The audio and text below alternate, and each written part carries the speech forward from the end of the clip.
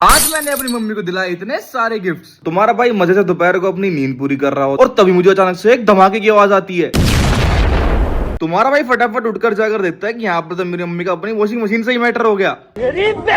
अब मुझे लग रहा है कि शायद मैं यहाँ पर गलत टाइम पे आ गया। मेरी मम्मी अपनी पुरानी वॉशिंग मशीन से कुछ ज्यादा ही परेशान थी। मैंने सोचा कि क्यों ना इनको नई वॉशिंग मशीन दिलाई जाए। तो फटाफट अपनी मम्मी को रेडी करके वो अपना ऑटो पकड़ के हम लोग निकल जाते हैं नई वॉशिंग मशीन लेने के लिए। विजय सेल्स पर पहुंचकर हम लोग वॉशिंग मशीन वाले काउंटर पे पहुंच जाते हैं। और यहाँ तो मेरी माँ कुछ समझ में ही नहीं आ रहा।